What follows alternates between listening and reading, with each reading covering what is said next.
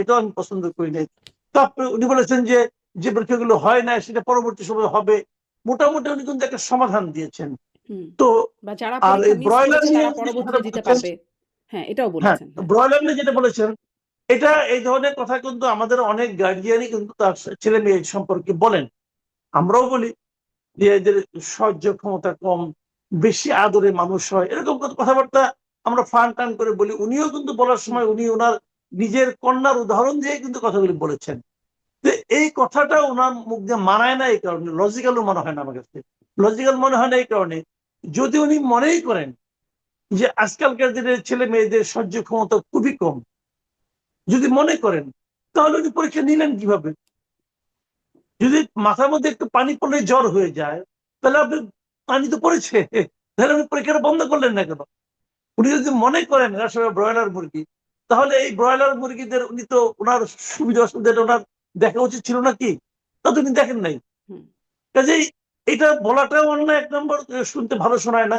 আর দ্বিতীয়ত যদি এটা মিন করেন, তাহলে তো পরীক্ষাটা ওনার আরো আগে স্থগিত করা উচিত ছিল, বলা উচিত ছিল বৃষ্টি হচ্ছে, এখানে গেলে ছেলে মেয়েরা যেহেতু ব্রয়লার টাইপের ক্যারেক্টার, এ যদি অসুস্থ হয়ে যাবে, কাজেই পরীক্ষা বন্ধ।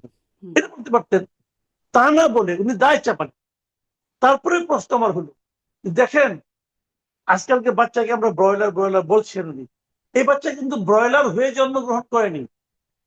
জন্মের পর আমরা সবাই মিলে একটা বাচ্চাকে ব্রয়লারে রূপান্তরিত করেছি। ব্রয়লার অর্থ যদি সহ্য ক্ষমতা সহনশীলতা কম হয়, তাহলে আমরা সবাই এটা বানিয়েছি ওদেরকে এভাবে। এবং উনি শিক্ষামন্ত্রী, উনি স্টুডেন্টদেরকে ব্রয়লার বানিয়েছেন, এই দায়টা ওনার। কোন স্টুডেন্ট ব্রয়লার না, সব স্টুডেন্ট কিন্তু সহ্য ক্ষমতা সম্পন্ন হয়ে তারা কিন্তু যাত্রা শুরু করে। হুম, কিন্তু আমাদের কারিকুলাম বলেন, আমাদের শিক্ষা পদ্ধতি বলেন, আমাদের টিচিং স্টাফ বলেন, আমাদের প্রশ্নপত্র বলেন, আমাদের পরীক্ষা পদ্ধতি বলেন, এই সবগুলি মিলিয়ে আমরা ওদেরকে ব্রয়লার বানিয়ে এখন আমরা নিজেরা বাহাদুরি নিচ্ছি যে ওরা ব্রয়লার। আমাদের আমলে আমরা খুব বিশাল কিছু ছিলাম। তো উনি পরীক্ষা পদ্ধতি নিয়ে খুব আলোচনা করেন। ওনার সমস্যাটা কি হয়েছে জানেন? উনি যখন নাকি 2001 সালে যখন ক্ষমতায় আসে বিএনপি, ওই সময় উনি স্বাস্থ্য প্রতিমন্ত্রী ছিলেন। এবং ওই সময় থাকাকালীন ওই সময় নকলের খুব প্রভাব ছিল। হুম, উনি নকল দমনে খুব ভালো ভূমিকা রেখেছিলেন। এটা গত 20 বছর ধরে লোকজন ওনাকে স্মরণ করিয়ে দিয়েছে। এবং উনি এক পর্যায়ে বিশ্বাস করেছেন যে শিক্ষামন্ত্রী হওয়ার প্রধান কাজ হলো নকল থামানো। এটা তো ওনাকে বুঝতে হবে হুম। যে এর মধ্যে 20-22 বছর পার হয়ে গেছে। এই 20-22 বছরের সারা দুনিয়ার শিক্ষা ব্যবস্থা চেঞ্জ হয়ে গেছে। এখন পরীক্ষা পদ্ধতি কি হবে এটা নিয়ে, এটা শিক্ষা মানে মন্ত্রণালয়ের কাজ না। শিক্ষা মন্ত্রণালয়ের কাজ হলো শিক্ষা ব্যবস্থা কেমন হবে। গত 55 বছর ধরে আমাদের দেশ স্বাধীন হয়েছে। এই 55 বছরে আমরা আমাদের কোনো শিক্ষা নীতি করতে পারি নাই। আমাদের শিক্ষার কোনো স্থায়ী চেহারা নাই। আমাদের শিক্ষাটা চলছে অ্যাডহক ভিত্তিতে। হুম। একটা করে গভর্নমেন্ট আসে আর নিজেদের মতো করে শিক্ষা সাজায়। নানান আপনি এক্সপেরিমেন্ট হয়। ধরেন, কিন্তু জনাব মাসুদ কামাল, তাহলে কি আপনি বলবেন যে এই আন্দোলনটা মানে শিক্ষার্থীরা খুব যৌক্তিকভাবে এই আন্দোলনটা করছে তার পদত্যাগের দাবিতে আন্দোলন? না, না, না, একদম না, একদম না। হুম, একদম না, কারণ আমি বলি আপনাকে, আমি এই শিক্ষা নিয়ে এমনি শেষ কথাটা বলে তারপরে এই আন্দোলনে আমি আসছি। দেখেন, গত 15 বছর ধরেন 2010 সালে অথবা 9 সালে একটা স্টুডেন্টের শিক্ষা জীবন শুরু হলো। হুম, ঠিক আছে? তা 2010 সালে যদি শুরু হয়ে থাকে, 15 বছর শিক্ষা জীবন মানে তার শিক্ষা জীবন শেষ। ঠিক আছে? আওয়ামী লীগ আমলে শিক্ষা জীবন শুরু করে তার শিক্ষা জীবন মাস্টার্স পর্যন্ত 15 বছর শেষ করে ফেলেছে। হুম, এই 15 বছরে সে যা শিখেছে, সেই শিক্ষাটা কি বর্তমান সময়ের প্রেক্ষিতে গ্রহণযোগ্য? সে তো ওই সময় শিখেছে যে বঙ্গবন্ধু শেখ মুজিব হলো আমাদের স্বাধীনতার স্থপতি, উনি এই স্বাধীনতার ঘোষণাও দিয়েছেন, উনি এইভাবে কিন্তু শিখেছে। এবং ওখানে জিয়াউর রহমান নাই। জিয়াউর রহমান নামে একজন ব্যক্তি, উনি সেক্টর কমান্ডার ছিলেন, অথচ উনি হয়তো বা আইএসএর এজেন্ট। এই ধরনের শিক্ষা কিন্তু গত 15 বছর ধরে আমাদেরকে দেওয়া হয়েছে। এখন তার ছোট ভাই যা নাকি, অথবা তার সন্তান যে নাকি এখন পড়াশোনা করতে যাচ্ছে, তারা শিখতেছে আমাদের স্বাধীনতার মহানায়ক হলো জিয়াউর রহমান। আগামী 5 বছর সেটা শিখবে। হুম, এবং ওখানে গোলাম আজম সাহেব ভালো মানুষ, উনি পাকিস্তানের অখণ্ডতা রক্ষার জন্য চেষ্টা করেছেন। হুম, উনিও কোনো খারাপ লোক না। খারাপ লোক নয় শেখ মুজিব। উনি যুদ্ধ একটা লাগাই দিয়া পাকিস্তানে চলে গেছিল যে আমার তোমরা অ্যারেস্ট করে নিয়ে যাও, এবং ওনার কোনো ভূমিকা ছিল না। এই যে শিক্ষাটা নেবে, এখন দুই ভাইয়ে তো খাওয়ার টেবিলে মারামারি করবে। একজন বলবে যে না মহানায়ক হলো জিয়াউর রহমান, আরেকজন বলবে মহানায়ক হলো শেখ মুজিব। মানে ঘরে ঘরে আপনি একটা ঝগড়া লাগাই দিচ্ছেন। শিক্ষা ব্যবস্থা যখন সরকার পরিবর্তনের সঙ্গে সঙ্গে পাল্টে যায়, সেটাকে আসলে কোনো শিক্ষা ব্যবস্থাই বলা যায় না। এটা হলো রাজনৈতিক রাজনৈতিক মিউজিক্যাল চেয়ার বলতে পারেন আপনি। রাজনৈতিক মিউজিক্যাল চেয়ার হচ্ছে আমাদের এখানে। তো আমাদের রাজনৈতিক নেতৃবৃন্দ যারা আছেন, আমাদের রাষ্ট্র পরিচালনার দায়িত্বে যে লোকগুলো আছেন, এরা এতটাই সংকীর্ণ মনা। এই যাবৎকাল আমরা সেই 91 সাল থেকে দেখে আসছি, এদের মন মানসিকতা এত সংকীর্ণ যে তারা আসলে আমাদের জাতিকে একটা কুশিক্ষার মধ্যে ঠেলে দিচ্ছে। এইগুলো শিক্ষার একটা দিক। সেখানে এরা দাবি করছে শিক্ষামন্ত্রী পদত্যাগ করলো। আচ্ছা ধরলাম শিক্ষামন্ত্রী পদত্যাগ করলো, তবে কি সমস্ত যে দাবিগুলো সব সমাধান হয়ে যাবে? কিচ্ছু হবে না, কোনো সমাধান হবে না। মাঝখান থেকে কি হবে, আপনি একটা যদি শিক্ষামন্ত্রী পদত্যাগ করেন, আমি মনে করি বিশাল একটা ক্ষতি হয়ে যাবে। যদি সরকার শিক্ষামন্ত্রীকে পদত্যাগ করতে বলেন, আমি মনে করি সরকার এই যে একটা ইনভাইট করলো একটা রাজনৈতিক সংস্কৃতি, এই ইনভাইটেশন থেকে সে আর বেরোতে পারবে না। যে কিন্তু কোনো কিছু পদত্যাগ হবে করতে ওকে বলবে না, প্রত্যক্ষ এটা হবে। মোটামুটি বোঝা যাচ্ছে সরকারের এবং মানে সংসদের যে ক্যারেক্টার তাদের থেকে বোঝা যাচ্ছে পদত্যাগ হয়তো করতে বলবে না। কিন্তু দাবির মুখে মানে আন্দোলনের মুখে দাবিগুলো মেনে নেওয়া, এটাও একটা বার্তা কিনা? মানে এটা তাদের আগেই বোঝা উচিত ছিল, বোঝেন নাই। কিন্তু আন্দোলনের মুখে দাবি মেনে নিচ্ছেন। ফলে এবং শিক্ষার্থীদেরকে বলতে শোনা যাচ্ছে খুবই মানে আ এখন শিক্ষার্থীরা একটু ভিন্ন রকমভাবে কথা বলেন। আগে হয়তো আমাদের সময় আমরা এভাবে বলতাম না। তারা বলেন যে এই শিক্ষামন্ত্রীকে সময় শেষ হয়ে গেছে, মানে নানান রকম তাকে ওয়াটারমেলন বলছেন, মানে বেশ ক্রিয়েটিভ শব্দ ব্যবহার করছেন, ওয়াটারমেলন। এবং সাথে সাথে তাকে অশ্রাব্য গালিগালাজও করছে, সেটিও আবার শোনা যাচ্ছে বিভিন্ন জায়গায় আন্দোলনের সময়। উম, মানে এটা কেমন মনে হচ্ছে আপনার কাছে? এটা কি আসলে তারা স্বপ্রণোদিতভাবেই করছে বলে মনে হয়? এটা হলো 2024 যে গণ আন্দোলন হয়েছে তার সাইড ইফেক্ট। এবং আমাদের 2024 পরে যে সরকারটা এসেছিল ইংরেজ সরকার, তারা কিন্তু এই সাইড ইফেক্টটাকেই মূল হিসাবে তারা নার্সিং করেছে। যে তুমি কত বড় বিপ্লবী সেটা প্রমাণ হবে তুমি কতটা অশ্লীল কথাবার্তা বলতে পারো, তুমি কতটা মুরব্বীদেরকে সঙ্গে বেয়াদবি করতে পারো। হুম। এর উপর ডিপেন্ড করবে তুমি কত মানে বড় বিপ্লবী। এটা ওনারা নার্সিং করেছেন, বুঝলেন? একজন গালি দিয়া, তাহলে গালি, অশ্রাব্য গালি দিয়ে একজন জাতীয় নেতা হয়ে গেছে। আপনি আমাকে বলেন রে ভাই, এটা কোন দেশে বাস করি? এই যে হাদির কথা আমি বলছি, আপনি পুরো আন্দোলনের সময় তো আমি ছিলাম রে ভাই, আমি তো মানে বিদেশ থেকে আসছি নাই, আমি তো দেশে ছিলাম। এই আন্দোলনে কোথাও হাতি নাই, কিন্তু আন্দোলন শেষ হওয়ার পরে কেবল গালাগালি, মানে গালাগালি করে ও জাতীয় নেতা হয়ে গেছে। এখন নজরুল ইসলামের পাশে তার কবর হচ্ছে, এখন তার বঙ্গবন্ধুর নাম চেঞ্জ করে তার নামে হল বানাইতে হবে, তার নাম পাঠ্য বই রাখতে হবে। তার বোন বলতেছে জিয়াউর রহমান নাম পাঠ্য বই থাকবে কেন, ইয়ে মানে কথা থাকবে কেন, হাদিরটা থাকা উচিত। জিয়াউর রহমান কি হাদির যে বড় নেতা ছিল? বলতেছে তার লোকজন। তো এখন এগুলো যখন শুনতেছি, ওনার যোগ্যতাটা কি? উনি প্রচন্ড অশ্লীল গালাগালি করতে পারতেন। তো এখন এই গালাগালি করে কিন্তু জাতীয় নেতা যে হওয়া যায়, এটা আমরা এই ইউনূস সাহেবের আমরা দেখলাম। ইউনূস সাহেব এটাকে নার্সিং করেছেন। ওনার মানে ইউনূস সাহেব কি জানেন, খুব মেটিকুলাসলি উনি আমাদের এই যে সমাজ, আমাদের সামাজিক যে ব্যবস্থা, আমাদের সামাজিক যে রীতিনীতি, সবকিছু কিন্তু ধ্বংস করে দিচ্ছেন। কিন্তু জনাব একদম মাসুদ কামাল, মেটিকুলাস। একটু হাদি হত্যাকাণ্ডের বিষয়টা, যেহেতু আমি আসলে এটা নিয়ে আজকের আলোচনার বিষয় না, তবে খুব সংক্ষেপে যদি বলেন। একটা মানে মর্মান্তিক হত্যাকাণ্ড ঘটলো, হাদি হত্যাকাণ্ড। তারপরে আমরা দেখলাম খুব একটা তাণ্ডব ঘটে গেল এবং তখন ওই যে আপনি বলছিলেন হাদিই যেন সবচেয়ে বড় নেতা, হাদিই যেন দেশের একমাত্র ইস্যু, এরকম একটা পরিস্থিতি তৈরি হলো। তারপরে হাদির হত্যাকারীরা পালিয়েও গেল ওই সময়। আহ, তারপরে মমতা বন্দ্যোপাধ্যায় দেখা গেল একদম বিস্ফোরক মন্তব্যে বলে দিলেন যে হাতির হত্যাকাণ্ডে কারা তিনি জানেন, সেই দেশের সম্পৃক্ততার কথা বলছেন স্বরাষ্ট্রমন্ত্রী। তারপরে আবার সবাই চুপ। এদিকে হাতির ভাই বলে দিল যে জামায়াতের আমিরের পিএস জড়িত, উপদেষ্টাদের কারা জড়িত, বিএনপির এমপি মন্ত্রীদের কারা কারা যেন আছেন বললেন ফেসবুক পোস্টে। কেউ কোনো কথা বলল না। তারপরে হঠাৎ করে যে তাণ্ডব, একদম প্রথম আলো, ডেইলি স্টার সব ভাঙচুর হয়ে গেল ওই সময়টায়। কিন্তু তারপরে এত বিধ্বংসী বক্তব্যের পরে সবাই চুপ, কেউ কিছু বলছে না। আহ, মানে হাদিকে নিয়ে মাতামাতিটাও যেন বন্ধ হয়ে গেল, ইনকেলাব মঞ্চ ভেঙে চুরে শেষ হয়ে যাচ্ছে। মানে এইটা কি, এটাও কি, মানে ওই যে জিজ্ঞাসা করছিলাম শিক্ষার্থীদের আন্দোলনটা কি স্বপ্রণোদিত, এই বিষয়গুলো কি স্বপ্রণোদিত, নাকি এখানে আসলে অন্য কিছু? না, এই সবগুলি আপনি মানে ওই যে মেটিকুলাসলি ডিজাইন, সবগুলি একই জিনিস। এবারে আন্দোলন আমি তো কতগুলি, আপনি সোশ্যাল মিডিয়া, আমি আজকে সারাদিন মোটামুটি দেখার চেষ্টা করেছি, সোশ্যাল মিডিয়া গুলো থেকে আপনি যদি দেখেন, নিয়মিত দেখবেন, অনেক স্টুডেন্টকে জিজ্ঞাসা করা হচ্ছে। আমি দেখলাম আপনার এই বৈশাখী টেলিভিশনে একটা মানে প্রোগ্রাম দেখলাম, ওখানে ওখানে বৈশাখী টেলিভিশনে একজন লোক জিজ্ঞাসা করছে যে তুমি কোন কলেজে পড়ো। হুম, সে বলতে পারছে না, নাকি আমি যে কোনো কলেজে পড়ি। মানে যখন সে বলে যে কোনো কলেজে পড়ি, তখন মানে সে কোনো কলেজে পড়ে না। হুম, আরেকজনকে জিজ্ঞাসা করা হলো তুমি কোথায় পড়ো, ওকে আমি স্কুলে পড়ি। তো তুমি তো এখানে আসছো কেন, ওকে আমার বড় ভাইয়ের সঙ্গে আসছি। বড় ভাই কোথায়, বড় ভাইকে ডাইকে নিয়ে আসলো। বড় ভাই বলতে পারলো না সে কোন কলেজে পড়ে। হুম, ব্যাপারগুলি খেয়াল করেন। তার মানে কি এই লোকগুলি কে? আবার এক জায়গায় দেখলাম একজন লিখছে 300 টাকা করে নিয়ে আসতে হচ্ছে।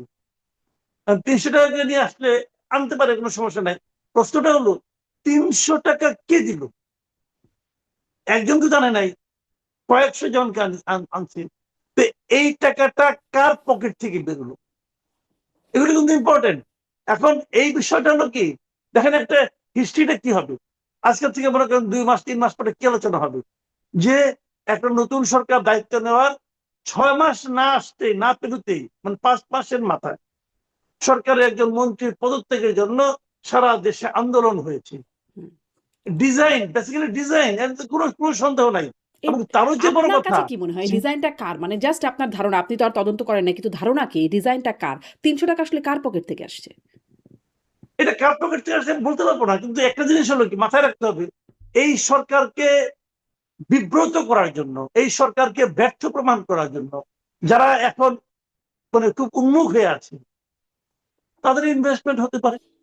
তারা চায় এই সরকারকে ব্যর্থ করার জন্য, ব্যর্থ এই সরকার পারছে না, এই কথাটা কে প্রমাণ করতে চায়, তাদের ভূমিকা থাকতে পারে, নাও থাকতে পারে। আমি বলতে আমি শিওর হচ্ছি না, কিন্তু কিন্তু আমি প্রথমত কিন্তু সন্দেহের তীরটা ওদিকে যাচ্ছে। আওয়ামী লীগের কারা কথা তারা? বলছেন? আওয়ামী লীগের কিন্তু এখানে খুব একটা ভূমিকা নাই। ভূমিকা নাই কেন আমি বলি, আপনি থাকতেও পারে, থাকতেও পারে, আমি অস্বীকার করছি না, হয়তো তলে তলে থাকতেও পারে। বাংলাদেশে তো তলে তলে অনেক কিছু হয়, তো তা থাকতেও পারে, আবার নাও থাকতে পারে। জামাতারও থাকতে পারে, এনসিপিও থাকতে পারে। এখন আওয়ামী লীগের হওয়াটা একটু কঠিন, কঠিন নেই কেন, ছাত্রলীগ এখানে কোন পরিচয় আর কি? হুম, ছাত্রলীগ তো রাজনীতি করতে পারবে না, আওয়ামী লীগ তো রাজনীতি করতে পারবে না, তখন তো জিনিসটা আরো রিস্কি হয়ে যাবে। কাজেই কিছু একটা আছে, কিছু হুম, একটা হয়েছে, মানে এটা এমনি স্বতঃস্ফূর্ত ভাবে চলে এসেছে তা না। পাশাপাশি যে জিনিসটা হয়েছে, ওই ইটা আছে আপনার, ওই ইউনূসের আমলে গালাগালিটা যে আমাদের একটা জাতীয় সংস্কৃতিতে পরিণত করার প্রচেষ্টা, সেই প্রচেষ্টা এখানে কিন্তু আমি দেখতে পেয়েছি।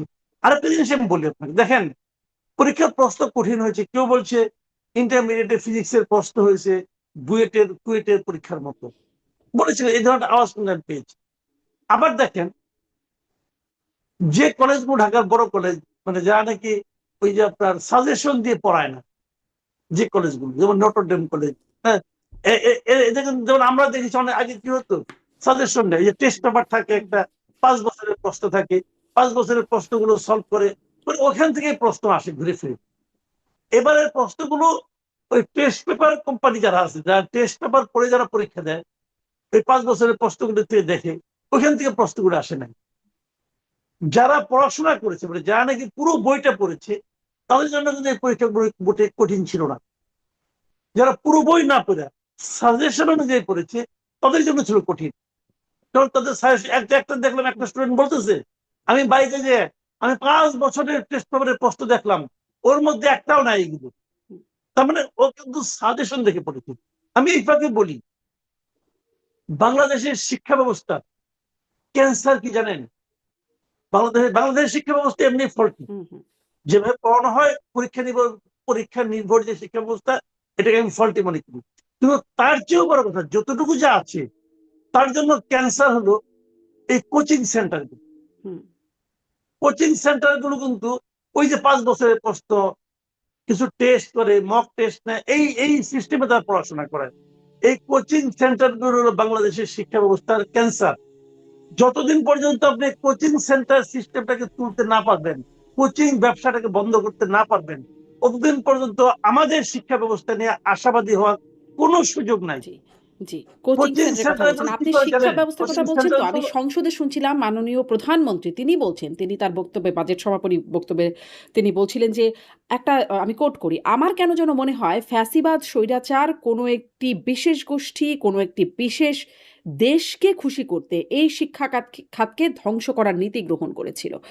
আপনার কি এরকম তার মনে হওয়ার সাথে আপনার মানে আপনিও কি সেরকম মনে করতে পারেন যে কোনো একটি বিশেষ মানে ফ্যাসিবাদী গোষ্ঠী কোনো একটি বিশেষ দেশকে খুশি করতে শিক্ষা খাতকে ধ্বংস করার চেষ্টা করেছে? এটা আমি উনি কিভাবে, যেহেতু উনি প্রধানমন্ত্রী, উনি তো আর মানে আপনার ভিত্তিহীন হাওয়ার উপরে কথা বলবেন না। এবং আমরা এই দেশের নাগরিক হিসেবে আমার প্রধানমন্ত্রী আজগুবি কথাবার্তা বলবেন, সেটা আমি বিশ্বাসও করতে চাই না। হুম, হতে পারে ওনারটা, বাট আমি নিজে ওইভাবে মানে আমার কাছে কোনো প্রমাণ নাই এবং আমি বলতে পারবো না। কিন্তু আমি এটুকু বুঝি সরকারকে অস্থির করার জন্য, সরকারকে অস্থিতিশীল করার জন্য হুম, এই ধরনের কাজ করা প্রয়োজন ছিল। এখন সেটা কাদের ছিল, কারা এই মুহূর্তে রাজপথে আন্দোলনে আছে, এটা আপনি দেখলে বুঝবেন কারা চায় আন্দোলনটা এই মুহূর্তে। আন্দোলন তো সরকারের সঙ্গে একটা বড় বিরোধ এই মুহূর্তে জামাত এবং এনসিপির আছে। তারা তো বারবার বলতেছে যে এই সরকার কথা দিয়ে রাখেনি, এই সরকার গাদ্দারি করেছে, তারা তো বলছে এই কথাগুলো। এখন তারা তো এই সরকার পড়ে গেলে কার লাভ? তাদের তো লাভ। হুম, এই সরকার পড়ে গেলে কিন্তু আওয়ামী লীগের লাভ নাই। হুম, কথাটা খেয়াল করেন, এই সরকার পড়ে গেলে আওয়ামী লীগের লাভ নাই। আওয়ামী লীগ যদি মনে করে তারা আবার রাজনীতিতে ফিরে আসবে, যদি মনে করে, মনে তো অবশ্যই করে, তারা চায় এটা। এবং তারা এটাও জানে এই চাওয়াটা যতটা সহজে বিএনপির কাছ থেকে তারা পূরণ করতে পারবে, তার চেয়ে কয়েক গুণ বেশি কষ্ট হবে জামাত অথবা এনসিপির কাছ থেকে এই দাবিটা আদায় করা। কাজেই এই তাহলে সরকার কি তো আপনাকে আওয়ামী লীগ যেটা চায় না। জিজ্ঞাসা করছিলাম যে তাহলে কি এর পেছনে আওয়ামী লীগ আপনি মনে করেন কিনা? আপনি বলছেন সেটা সম্ভাবনা কম, থাকলেও থাকতে পারে কিন্তু সম্ভাবনা কম আপনি দেখছেন। আর থাকলে এতক্ষণে নিশ্চয়ই তার গোষ্ঠীসুদ্ধ উদ্ধার হয়ে আসতো। কারণ আওয়ামী লীগ দমনের ব্যাপারে সবাই খুব সচেষ্ট আছে। আ হুম। তারপরেও থাকতেই পারে নিশ্চয়ই আপনি বলছেন। কিন্তু আ মানে জামাত এনসিপি এর পেছনে থাকতে পারে বলে আপনার মানে ধারণা তাহলে? এটাই তো নিয়ম। যখন দেখেন, যখন কোনো অপরাধ ঘটে, অপরাধ বিজ্ঞানে কি বলে, যখন কোনো অপরাধ ঘটবে, যারা তদন্ত করবে তারা প্রথমে কি দেখে, যে এই ঘটনায় বেনিফিশিয়ারি কে। হুম, এটা কিন্তু একদম প্রথম চিন্তা।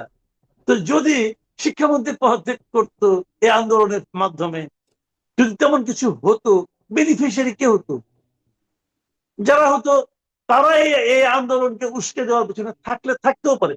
হুম। আমি কিন্তু শিওর করে কিন্তু বলতে পারবো আবার না, কারণ এখানে আমার কাছে এই কিন্তু প্রশ্নটাও প্রমাণ করতে কিন্তু নাই। চাই যে এই যে বেনিফিশিয়ারি তারা তো আসলেই আন্দোলনের কথা বলছে। সংসদে দেখি খুব ঐক্যের কথা বলছেন। কিন্তু বাইরে আন্দোলন ঝাঁকুনি দেওয়ার কথা, গরম দেখানোর কথা, ওয়াশ আউট করার কথা ইত্যাদি নানান রকম হুমকি-ধামকি দিচ্ছেন আমরা দেখছি। কিন্তু আসলে কি তারা বেনিফিশিয়ারি হবেন? কারণ এদিকে আবার শেখ হাসিনা ফেরার হুমকিও আছে। যে বছরের শেষে শেখ হাসিনা ফিরবেন। আর মানে শেখ হাসিনা বা আওয়ামী লীগ প্রশ্ন আসলে আবার সবাই ঐক্যবদ্ধ এদিকে।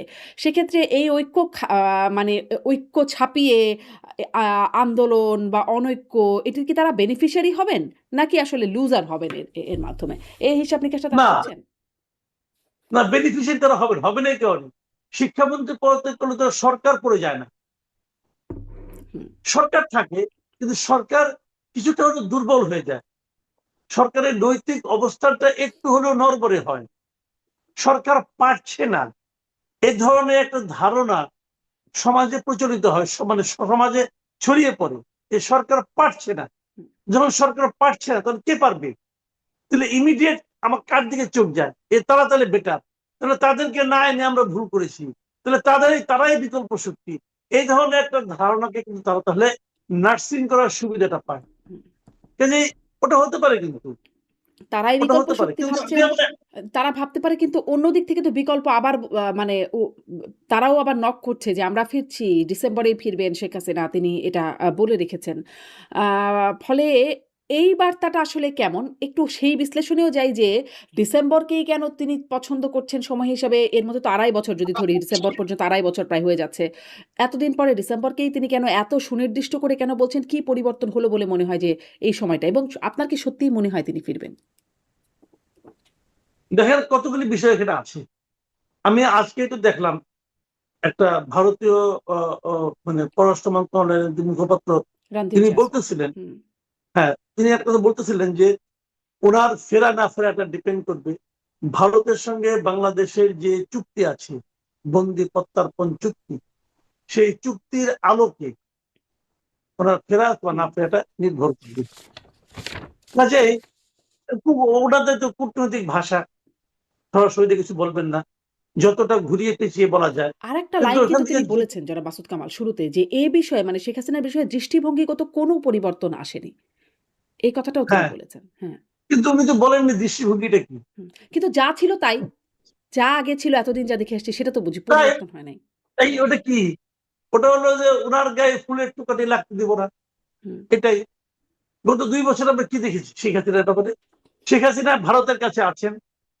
উনি কি হিসেবে আছেন? অতিথি হিসেবে, বন্দী হিসেবে। ভারত শেখ হাসিনাকে কি হিসেবে বিবেচনা করে? হুম, একটা রাজনৈতিক দলের নেতা হিসেবে নাকি একটা দেশের প্রধানমন্ত্রী হিসেবে? দেখেন উনি কিন্তু ভারতের কাছে তো গিয়েছেন। যখন উনি গিয়েছেন তখন বাংলাদেশের প্রধানমন্ত্রী কে ছিল?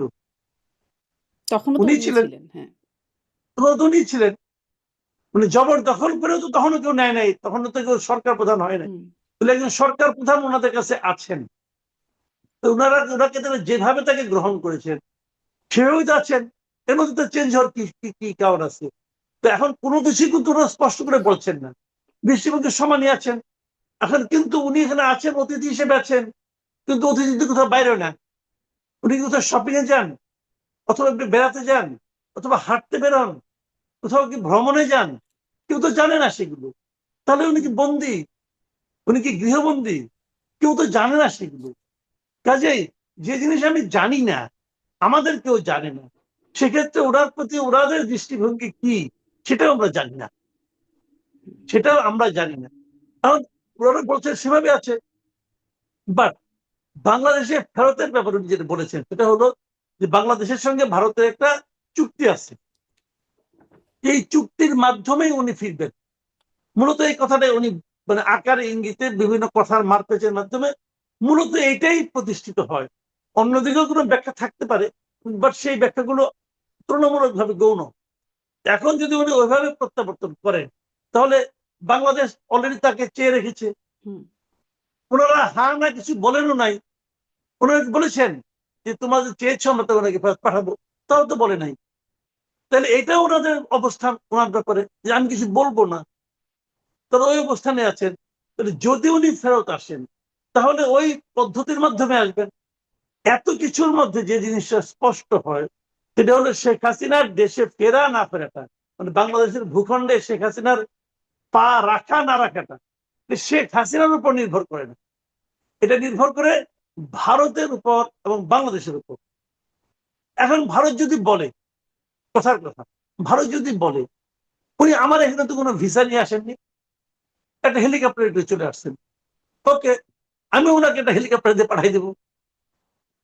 হুম, যদি বলে, বলতেই পারে উনি যেভাবে আমাদের এখানে আসছে আমরা তাকে সেভাবে পাঠিয়ে দিব। এখন উনি তো পালিয়ে আসছেন, উনি কি আসলে দেখেন এগুলি কিন্তু অনেক ব্যাখ্যা আছে কিন্তু ভাই। উনি পালিয়ে গেছেন কিভাবে? উনাকে একটা হেলিকপ্টারে বাংলাদেশ থেকে নিয়ে যাওয়া হয়েছে না? হুম। ওই সামরিক হেলিকপ্টার কি হেলিকপ্টার, শেখ সামরিক হাসিনা, বিমানে। হুম, ওই হেলিকপ্টার কি শেখ হাসিনা অথবা শেখ রেহানা উনারা কেউ চালনা করেছেন? হুম, হুম, তত করেন নাই। আমাদেরই সামরিক বাহিনী কোনো না কোনো পাইলট চালিয়ে গেছেন। যারা চালিয়ে গেছেন তাদের কি বিরুদ্ধে কি কোনো হয়েছে, আপনার কোর্ট মার্শাল হয়েছে যে তোমরা কেন আমাদের প্রধানমন্ত্রীকে ওদেশে নিয়ে গেলে? হয়েছে? হয় নাই তো। আমরা তো জানি না কিছু। তার মানে যারা নিয়ে গেছেন তারাও কিন্তু শেখ হাসিনার অনুগত হিসেবে নিয়ে গেছেন, এটা আমরা বলতে পারি না। হুম, তাহলে তাকে কি কেউ অর্ডার করছে? তাহলে কে অর্ডার করছে? যে অর্ডার করেছেন উনি কি অন্যায় করেছেন? যদি অন্যায় করেন তার কোনো শাস্তি হয়েছে? দেখেন এগুলো কিন্তু ভাই প্রশ্ন রে ভাই, আমি প্রশ্ন মানে এই করছি, প্রশ্নটার উত্তরও তার কেউ দিল তো না যে শাস্তি কে হয়েছে, আসলে অর্ডার করলো তাকে যে ভারতে নিয়ে যাওয়া হবে। কারণ আমরা তো জানি কারণ না। ভারতের সেনাপ্রধান কিন্তু বলেছিলেন সেনাপ্রধানের সাথে তার ৫ই আগস্ট যোগাযোগ হচ্ছিল, বহুবার হ্যাঁ, যোগাযোগ হয়েছে। ফলে মানে কে অর্ডার করলো, কার যোগাযোগে কিভাবে তিনি গিয়ে চলে গেলেন সেই প্রশ্নটার উত্তর কেউ দেন নাই এটা তো আমরা আসলে। জানলাম না। হুম, আবার ধরেন যে হেলিকপ্টার ওনাকে নিয়ে গেল, সে আবার দেশে ব্যাক করছে না? হুম, ব্যাক করছে তো। ব্যাক করে তাকে কি প্রশ্ন করা হয়েছে যে তোমার প্লেনে, তোমার হেলিকপ্টারে আমরা ২ জন গুরুত্বপূর্ণ ব্যক্তিকে দিয়েছিলাম, তাদেরকে তুমি মাঝ রাস্তায় ধাক্কা দিয়ে ফেলাই দিয়ে আসছো, কি করছো? ওটা তো আমানত। হুম, আমি তোমাকে আমানত হিসেবে ২ জনকে দিয়েছিলাম, তুমি তাদেরকে কি করলা? তুমি তো তাদের নিয়ে গেছো, তুমি তাদের ছাড়া ব্যাক করলে কেন? জবাব, এগুলো তো প্রশ্ন। এই প্রশ্নের জবাব কে দিচ্ছে? কেউ দিচ্ছে না। হুম, হুম, প্রশ্নও কেউ করছে না। কেউ করছে না। প্রশ্নও তো কেউ করছে না। এখন ভারত যদি বলে যে যেভাবে পাঠিয়েছেন সেভাবে পাঠিয়ে দেই, যদি পাঠিয়ে দেয় তাহলে আপনি কি করবেন? মানে আমি বলছি যে এগুলি দেখেন, এগুলি আপনি সব কিন্তু লজিক দিয়ে এস্টাবলিশ করতে পারবেন না। হুম, কাজেই আবার উনি যদি বলেন যে আমি এখানে থাকবো না, আমি চলে যাব, ভারত থেকে বেঁধে রাখবে, তো উনি বলবেন ভারত আমাকে বেঁধে রেখেছে, এই আরেক যন্ত্রণা। উনি তখন রয়টার দিয়েছেন এর আগে, এবার এটিকে দিবেন ইন্টারভিউ, দেখেন ভারত কিন্তু আমাকে দেশে যেতে দিচ্ছে না, তো ভারত কি এই দায় নিবে? তো এইগুলি শুনেন, এখন যে যার অবস্থানে থেকে যে যেভাবে পারছে তারা কথা বলে যাচ্ছে, এখন এসব কেউ কথার যদি বিতর্ক সামারি তৈরির আপনার জন্য কাছে কথা মনে হয়, বলছে। এই কথাগুলোর বিশ্লেষণ করে যদি আপনার কাছে জানতে হয়, তিনি কি ডিসেম্বরে ফিরবেন বলে আপনার বাস্তবিকভাবে মনে হচ্ছে? মানে সার্বিকভাবে? শুনেন, আমি পার্সোনালি যতটুকু বুঝি, আমি একদম ব্যাখ্যা করে ওনার অবস্থান তো আমি জানি না উনি কিভাবে আছেন, উনি কি ভারতের ইচ্ছায় চলেন না ওনার নিজের ইচ্ছা ভারত চলতে দেয়, এটা আমি জানি না। কাজে আমি কিসের উপর ভিত্তি করে বলবো?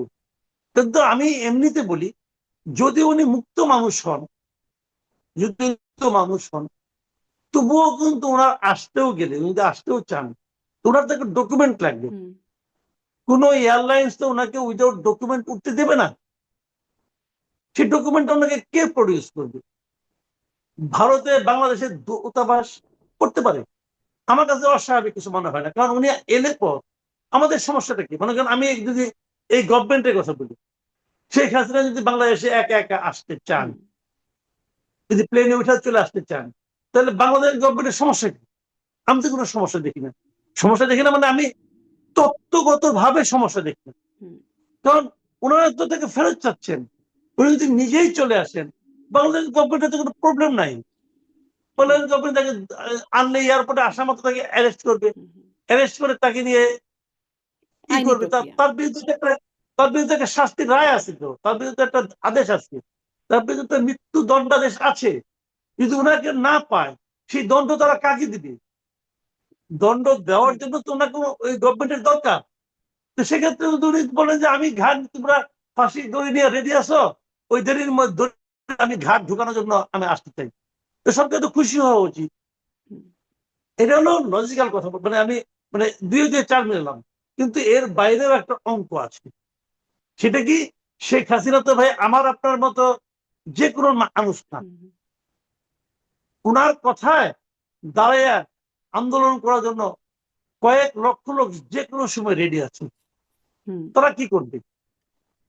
তারা অনেক কিছুই করতে পারে, তারা অনেক কিছুই করতে পারে, এবং সেই করাটা এই সরকারের জন্য কতটুকু আপনার মানে কি বলবো, মানে এই আরামদায়ক হবে, এটাও কিন্তু এই সরকারের দেখেন, আমি একটা কথা বলি আপনাকে ভাই, যে তাহলে কি জিনিসটা এরকম নাকি যে আমার কাছে ওনারা আসলে চায় না, সরকার চায় না যে তিনি আসুক? কারণ আমি এর মধ্যে আপনার কথার মধ্যে একটুখানি যুক্ত করি।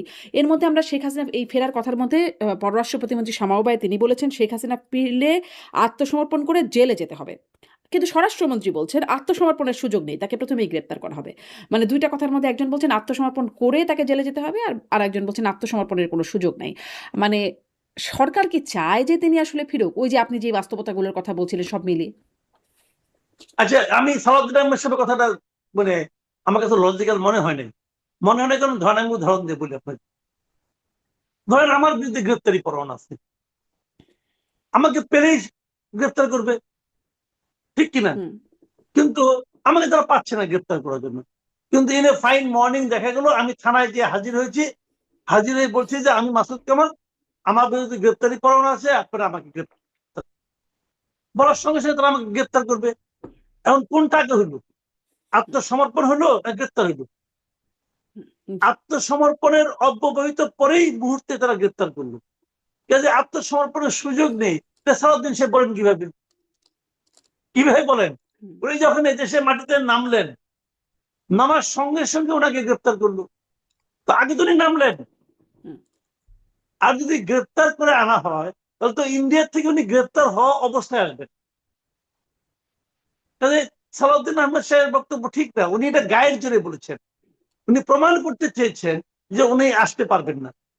ভাই উনি খুব ভালো মতে আসতে পারবেন না, আসতে পারেন কে? আমি তো আপনাকে বললাম যে প্রক্রিয়া পাঠানো হয়েছে যদি সেই প্রক্রিয়া তারা পাঠিয়ে দেয় তাহলে এখানে গ্রেপ্তার করে আনার জায়গাটা কোথায়? উনি আসলেন, মাটিতে পা রাখলেন, আমি বললেন যে আমি এই মাটিতে আত্মসমর্পণ করতে আসছি। উনি তো নিজেও বলেছেন যে আমি সারেন্ডার করার জন্য যাব। উনি বলেন নাই? বলেছেন তো ভাই, উনি তো সারেন্ডার শব্দটা ব্যবহার করেছেন। কাজে এখানে শামা উবাইদের কথাটা আমি মনে করি তুলনামূলক ভাবে লজিক্যাল। আর সালাউদ্দিন আহমেদ সাহেবের কথাটা ওনার দলের জন্য এক ধরনের মানে কি বলবো এটাকে, মানে এটা লজিকবিহীন কথা। উনি গায়ের জোরে বলতেছেন যে আমরা ওনাকে আত্মসমর্পণ করার সুযোগই দিব না, গ্রেপ্তার করে তো ফিরলে কি হবে সেটা একটু শুনছিলাম যে তাকে গ্রেপ্তার, আইনি প্রক্রিয়া বা লক্ষ লক্ষ মানুষের আন্দোলনের কথার মানে সেটারও একটা জায়গা আছে আপনার কথা শুনে বুঝছিলাম।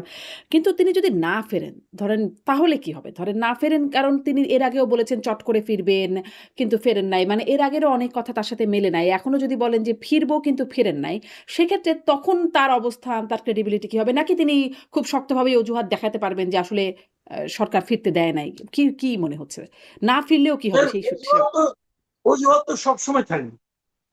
আমরা যখন ছোটবেলায় পরীক্ষা দিতাম, রেজাল্ট খারাপ হলে অজুহাত দিতাম যে প্রশ্ন সিলেবাসের বাইরে থেকে প্রশ্ন করছে, কিন্তু অজুহাত। যে নাকি এবার আমাদের স্টুডেন্টরা বলতেছে প্রশ্ন কঠিন হয়েছে, এগুলো অজুহাত। আপনি বলতেই পারেন অজুহাত। কাজেই ওনার জন্য ডিসেম্বরের মধ্যে যদি নাও ফিরেন তাতেই যে ওনার দলের লোকেরা ওনাকে ত্যাগ করবেন তা কিন্তু না। তারপর দেখবেন ওনার দলের লোকরাই অজুহাত দিবেন, ওনার অজুহাত দেওয়া দরকার নেই। যেমনটি আমরা দেখেছি তারেক রহমান এই অন্তর্বর্তী সরকার আসার পরেও কিন্তু ওনার ফিরতে প্রায় 1.5 বছর লাগাই দিচ্ছেন, প্রায় 1 বছর 4 মাস তার লাগাইছেন। একক সিদ্ধান্তের উপর নির্ভরশীল না, এটাও তিনি জানিয়েছিলেন। যাই আমি মনে করি অজুহাত, দ্যাট ওয়াজ লেম এক্সকিউজ। আমি তো এটা ভাবতেই চাই না, কারণ আমার কাছে আমি তখন বলেছি যে আপনি যখন বলেন আমার একক সিদ্ধান্তের উপর ফেরাটা নির্ভর করে না, তখন আমরা আতঙ্কিত হই। আতঙ্কিত হই এই কারণে আমি ভাবতেই চাই না যে আমার যিনি নেতা হবেন, যিনি আমার লিডার, যিনি আমার দেশ চালাবেন, তার একটা কাজের জন্য অন্য কারোর উপর মুখাপেক্ষী, আমি ভাবতেই চাই না। অন্য কোনো দেশ, অন্য কিন্তু কোনো সেটা তো শক্তি বাস্তবতা হতেও পারে নাকি? ভাবতে না আমরা হয়তো চাই না, কিন্তু হতে পারে কিনা এটা তার সমস্যা, এটা তো আমার সমস্যা না রে ভাই। এটা হলো আমার আতঙ্ক।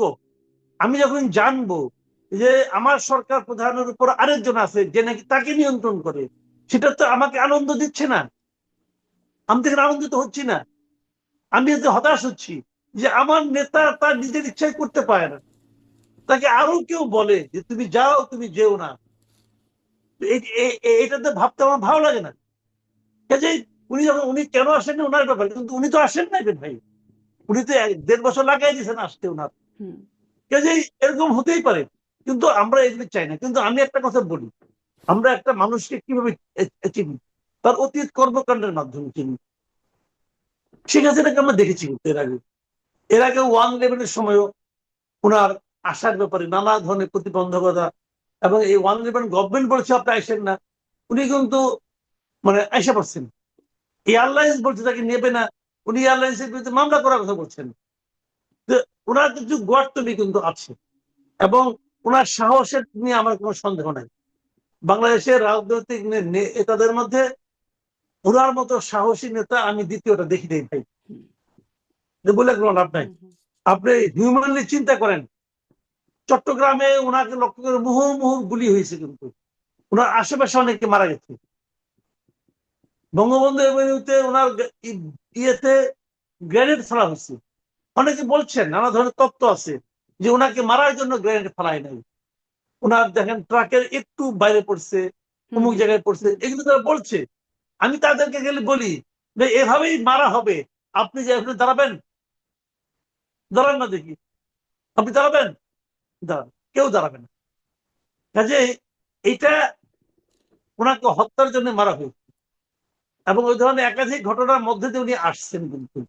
কাজেই আমি মনে করি যে ওনার সাহস আছে।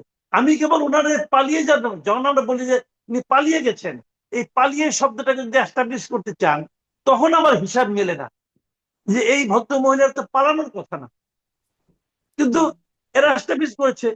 কিন্তু আমার পাশাপাশি আমার কাছে এটাও মনে হয়েছে যে পালিয়ে গেলে প্লেনটা কে চালানো, ওই প্লেনটা যিনি নিয়ে গেলেন, তো উনি কিন্তু পালানোর সহায়তা করছেন। তো যদি পালানোটা অন্যায় হয়, তাহলে যিনি সহায়তা করেছেন তিনি অন্যায় করেছেন, তাকে কেন ধরা হলো না? হুম, হুম, অথবা উনি বলবেন যে না, আমার তো আমার আদেশ, আমাকে অর্ডার করছে, যে অর্ডার করছে তাকে কেন ধরা হচ্ছে না? তো এই সমস্ত অনেক প্রশ্নের জবাব আমরা জানি না, এবং সম্ভবত কখনোই জানা হবে না। হুম। এখন ধরেন কাজে এগুলো নিয়ে বিবেচনা করলে হুম, আমার মনে হয় যে সুযোগ থাকলে উনি হয়তো আসতে চাইবেন, কারণ উনার অনেকগুলি ইকুয়েশন এখানে কাজ করবে। ওনার তো বয়স হয়েছে, হুম। 80 বছর উপরে বয়স ওনার।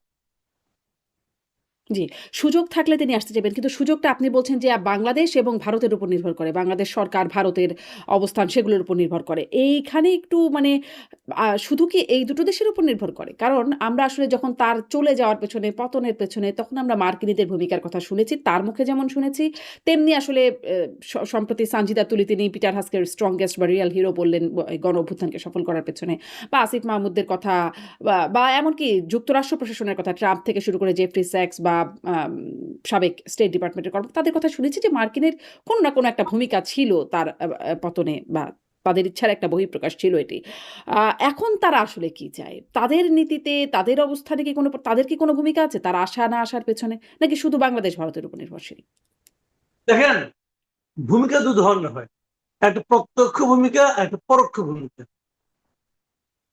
তো প্রত্যক্ষ ভূমিকা এখানে ভারত এবং বাংলাদেশের,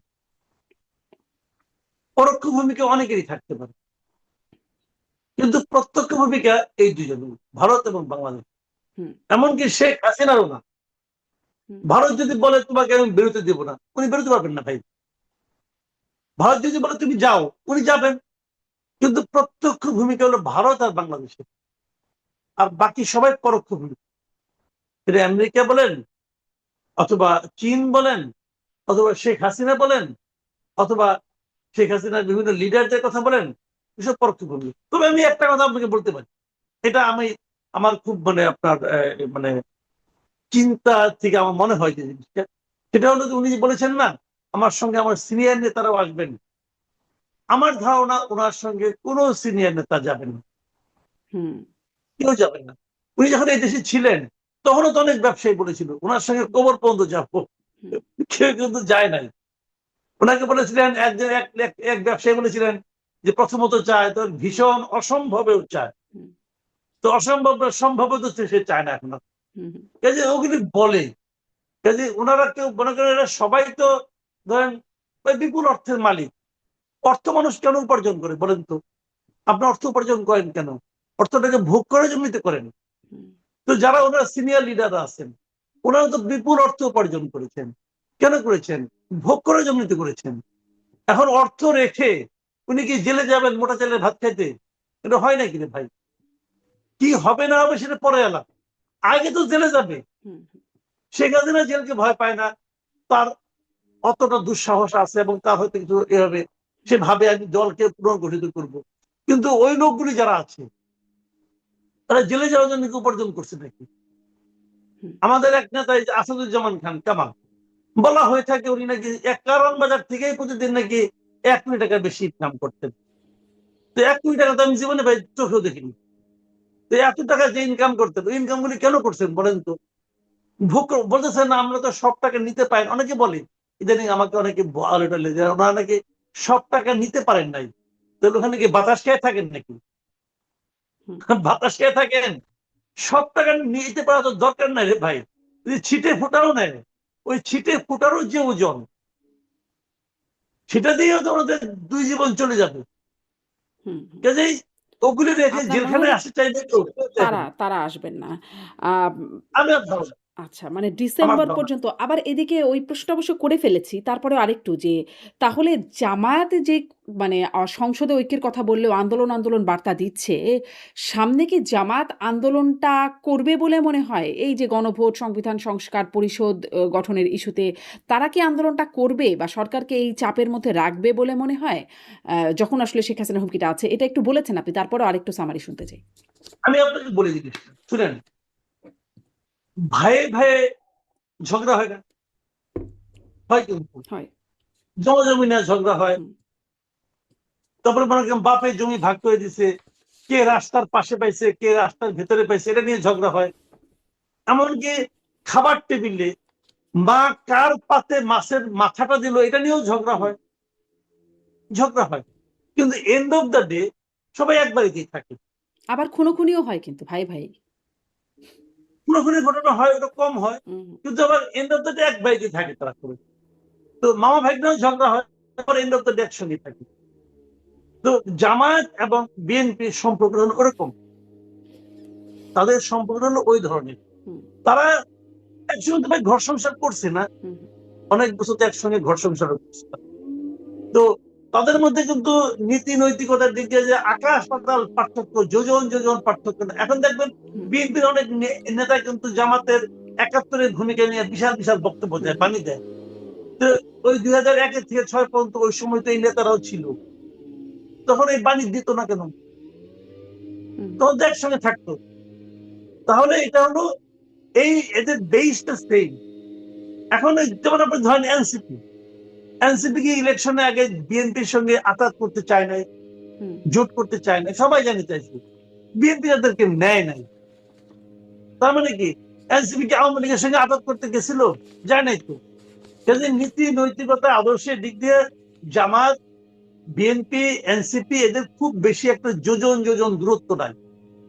এখন যেটা হচ্ছে সেটা হলো মানে জাস্ট ওই একটু যে মাছের মাথাটা আমাকে পাইলাম না, আমি কেন ৭৭টা পাইলাম, এটা তো ১-১৫০ হইতে পারতো, মানে তার মানে ১২০ আপনার হইতে মনে পারতো। হয় যে এটা আসলে খুব বড় কিছুতে পরিণত হবে না। এই বড় কোনো বিরোধ না। টুকটাকের শুনেন, মধ্যেই থাকবে। আচ্ছা। একটা জায়গায় তারা জামাত যেতে চাইবে। আপনি জামাতের কি লক্ষ্য বলি আপনাকে, জামাতের মূল লক্ষ্য হলো তারা এখন প্রধান বিরোধী দল সংসদে, হুম, আগামীতে ৫ বছর পরে একটা নির্বাচন হবে, ধরেন ৩১ সালে, ২৬ থেকে ৩১ সালে একটা নির্বাচন হবে। জামাতের একমাত্র লক্ষ্য হলো ৩১ সাল পর্যন্ত আওয়ামী লীগকে মাঠে আসতে না দেওয়া, ৩১ সালের নির্বাচনে যেন আওয়ামী লীগ না থাকে, জামাত থাকবে আর বিএনপি থাকবে। তারা আশা করছে ৩১ সালে যদি জামাত এবং বিএনপি থাকে তাহলে জামাত ক্ষমতায় আসবে। এই আশাটা একদম ভিত্তিহীন নয়।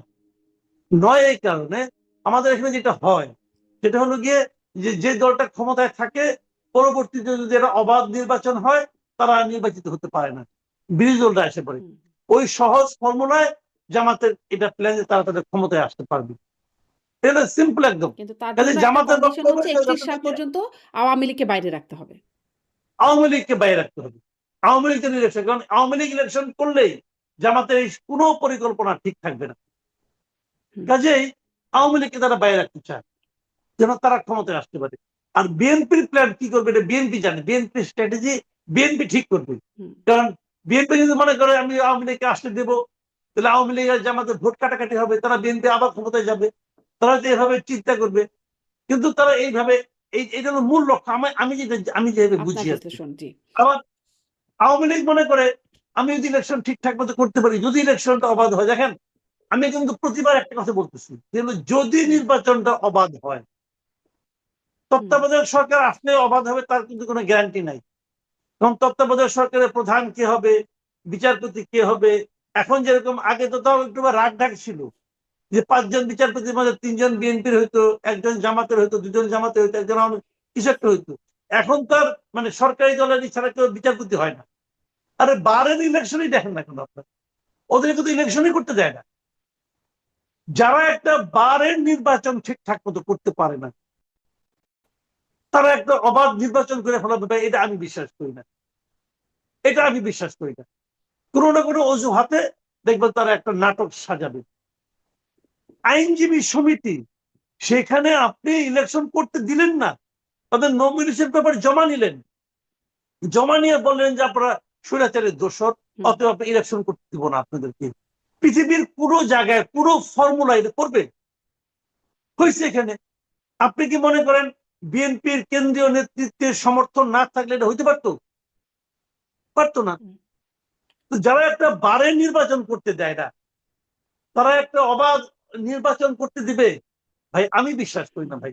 জি। আমি ব্যাচেলর অবিশ্বাসী লোক তো, জি। আমি এটা বিশ্বাস করি না। সামনে আবার স্থানীয় সরকার নির্বাচনও আছে, সেখানেও আবার আওয়ামী লীগ অংশগ্রহণ করবে বলে জানা যায়। সেটা একটা বড় জায়গা হবে দেখবার যে আসলে নির্বাচনটা কেমন হয়। কিন্তু আমি একটু ওই প্রসঙ্গে আসি, যেহেতু গণমাধ্যম কর্মী হিসেবে আমরা কথা বলি, গণমাধ্যমের জায়গায় একটু কথা বলতে চাই। সংসদে মাননীয় স্বরাষ্ট্রমন্ত্রী তিনি বিরোধী দলীয় নেতার প্রশ্নের উত্তরে বলছেন, কোনো গণমাধ্যমকে স্বৈরাচারী আচরণ করতে দেয়া হবে না, পাল্টা জবাব দেয়া হবে এবং রিজনেবল রেস্ট্রিকশন দেওয়ার কথা বলছেন। সাথে সাথে তিনি এটাও বলছেন যে যে তথ্য প্রবাহে গলা চিপে ধরা যাবে না, মানে গণমাধ্যমের স্বাধীনতার কথা সেটাও তিনি বলছেন।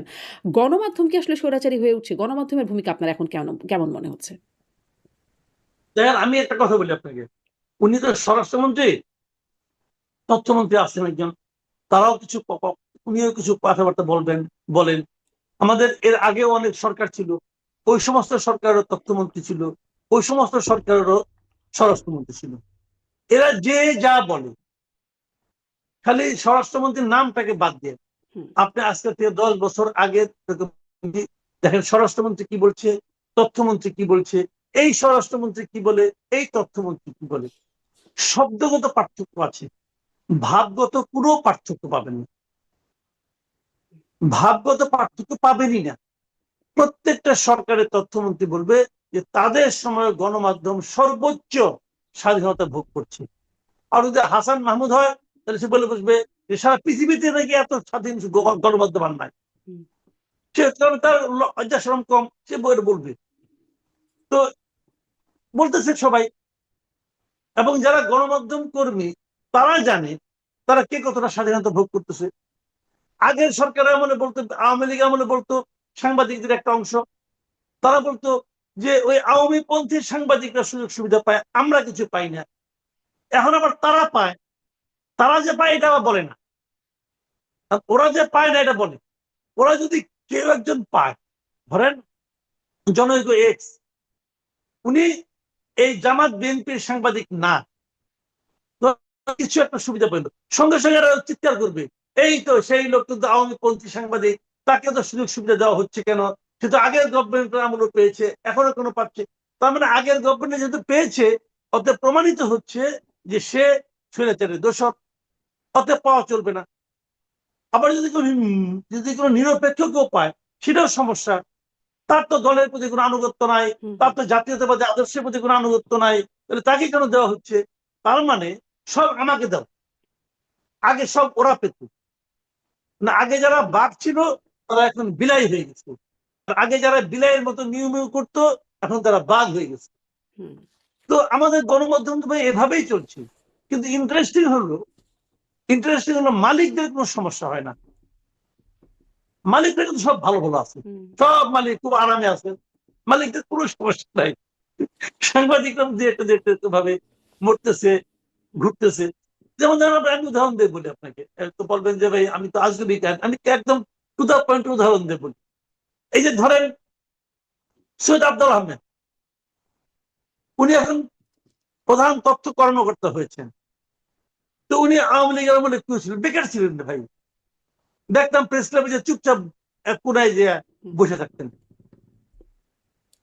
ছিলেন তো চুপচাপ, ভালো মতো কথাবার্তা বলতেন না। আমি ওনাকে বলতাম আব্দুল ভাই আপনি সামনে ইলেকশন করবেন নাকি, সামনে আপনি প্রেস ক্লাবের সেক্রেটারি বসে ইলেকশন করেন। উনি যাকে সেক্রেটারি ছিলেন, ইলেকশন করেন, সভাপতি ইলেকশন করেন। উনি বলতেন না এখন আর কোনো ঝামেলা চাই না। মানে উনি টিকে থাকতে চাচ্ছেন, কিন্তু বাঘের মতো করে নয়, বিড়ালের মতো করে, আমি টিকে থাকবো, সময় সুযোগের অপেক্ষায় থাকবো, যেই সুযোগ আসবে আমি প্রধান তথ্য কর্মকর্তা হয়ে যাব, হয়ে গেছেন, কোনো প্রবলেম কিন্তু নাই। উনি কিন্তু লোক ভালো, আমি না কিন্তু খারাপ। উনি আমার কলিগ ছিলেন, আমার দুইটা পত্রিকা ওনার সঙ্গে আমি একসঙ্গে চাকরি করছি। অত্যন্ত চমৎকার লোক, আমার ওই যে খুব ওই পছন্দের ওই মানুষ। কথাতেই স্পষ্ট মানে আগের বিলাইরা এখন বাঘ, আগের বাঘরা এখন বিলাই। এই অবস্থাতে এসে পৌঁছেছে। কিন্তু সার্বিকভাবে গণমাধ্যমের চরিত্রের কোনো পরিবর্তন কি হয়েছে বলে মনে হয়? কোনো পরিবর্তন নাই, কারণ একজন সাংবাদিকের কোনো ক্ষমতা নাই তার মালিকের ইচ্ছার বিরুদ্ধে কিছুটা বলে। মালিক যেভাবে চাইবে সাংবাদিক সেই কাজটাই করবে, এবং মালিক এই সাংবাদিকদের তার মতো করে চালানোর জন্য হুম, আরেকজন ক্যারিসমেটিক সাংবাদিককে তার পত্রিকা, তার প্রতিষ্ঠানে, তার টেলিভিশনে উচ্চ পদে বসায় রাখছেন। তার কাজ হলো মালিকের হয়ে সমস্ত সাংবাদিককে দৌড়াই বাড়ানো। এবং এই কারণে আপনি দেখবেন আমাদের মিডিয়াগুলোতে কি হয়, মিডিয়াগুলোর 1 নম্বর ব্যক্তির সঙ্গে এই মিডিয়ার 10 নম্বর, 5 নম্বর, 6 নম্বর যারা ব্যক্তি আছে তাদের বেতনে আকাশ পাতাল পার্থক্য হয়। হুম, কেন পার্থক্য হয়? যে তোমাকে আমি, তুমি যা প্রাপ্য, তোমার যে যোগ্যতা তার 10 গুণ তোমাকে আমি দিচ্ছি, আর অন্যদেরকে আমি ঠকাচ্ছি, তুমি ওই ঠকানোটাকে জাস্টিফাই করো। হুম, তো এরকম আমাদের মিডিয়া যারা মানে বড় মাতবর, সিপাহ সালার, ওনারা এই কাজগুলি খুব আনন্দের সঙ্গে করেন, কারণ উনি তো পাচ্ছেন, হুম, উনি তো পাচ্ছেন। আপনি প্রত্যেকটা পত্রিকায় দেখবেন সম্পাদকের সঙ্গে সহকারী সম্পাদকের বেতনে পার্থক্য কত, দেখবেন আপনি আকাশ পাতাল পার্থক্য। সহকারী সম্পাদক কবে 1 লাখ টাকা, সম্পাদক কবে 7 লাখ টাকা, হুম, 7 লাখ 10 লাখ টাকা পাবে বেতন পাবে। এটা হলো আমাদের দেশের ক্যারেক্টার। জি। এবং এই এটা তখন হয় কি, ওই লোক তার ওই অবাস্তব বেতনটাকে জাস্টিফাই করার জন্য, অব্যাহত রাখার জন্য মালিক যতটা নিষ্ঠুর হইতে পারতো তার চেয়ে বেশি নিষ্ঠুর হয়ে যায়। হুম। কোন কোন মিডিয়াতে মালিক তাকে 10% জি, শেয়ার করে দেয়। জি। মানে নিষ্ঠুরতা আপনি এবং শেয়ার নেন। চাটুকারিতার একটা ব্যাখ্যা মানে কেন হয় সেটার একটা ব্যাখ্যা আপনার কাছ থেকে মনে হয় খানিকটা স্পষ্ট হলো। একদম শেষ প্রসঙ্গ মানে গণমাধ্যমে খুব বেশি দেখি নাই। এই যে মার্কিন ককাস মানে আমেরিকা ককাস হলো জাতীয় সংসদে সেটি খুব যে আলোচনা গণমাধ্যমে বা খুব যে খবর আসলো সেটি বলে মনে হলো না। নাকি আমি আসলে ভুল চোখ এড়িয়েছি আপনি আমাকে কারেকশন করতে পারেন। সেটি কেন হলো না সেটি একটু জানতে চাই। আর হচ্ছে আ মানে যেমন প্রধানমন্ত্রী সংসদে বললেন যে শিক্ষা খাতকে নষ্ট করার জন্য সাবেক কোনো মানে সরকারগুলো কোনো একটা দেশকে খুশি করার জন্য করেছে। এখনো কি কোনো দেশকে খুশি করার এই যে আমেরিকা ককাস নজিরবিহীনভাবে হচ্ছে, কোনো দেশকে খুশি করার বা সন্তুষ্ট করার কোনো প্রক্রিয়া আপনি দেখেন কিনা? মানে অবশ্যই আছে, অবশ্যই আছে। বাংলাদেশে জাতীয় সংসদের দক্ষিণ প্লাজায় ভিন্ন একটা দেশের জাতীয় মানে স্বাধীনতা দিবস উদযাপিত হলো। সেটা নিয়ে কোনো সমালোচনা করার মধ্যে দেখছেন আপনি? তেমন সিরিয়াসলি কোনো পত্র-পত্রিকা, কোনো মিডিয়ায় দেখছেন? আমি দেখি নাই বলেই জিজ্ঞাসা করছিলাম। জি, না আমি দেখি নাই। আমিও দেখি নাই। কেন দেখি নাই? বললেন কেন দেখি নাই? কারণ এই মিডিয়াগুলো অলরেডি বিকৃত হয়ে গেছে। কয় রফলা ঋষিকার বিকৃত, আর কয় রিকার বিকৃত। হুম, তারা ২ ভাবে বিকৃত হয়েছে। এবং এটা তারা লজ্জার মানে এই যে বলে না ২ কান কাটা, যে সে কিন্তু রাস্তার মাঝখান দিয়ে হাঁটে। কারণ তার তো কাটা কান দেখাতে কোনো সমস্যা নাই। বাম দিক দিয়ে গেলেও রাস্তায় ১ কান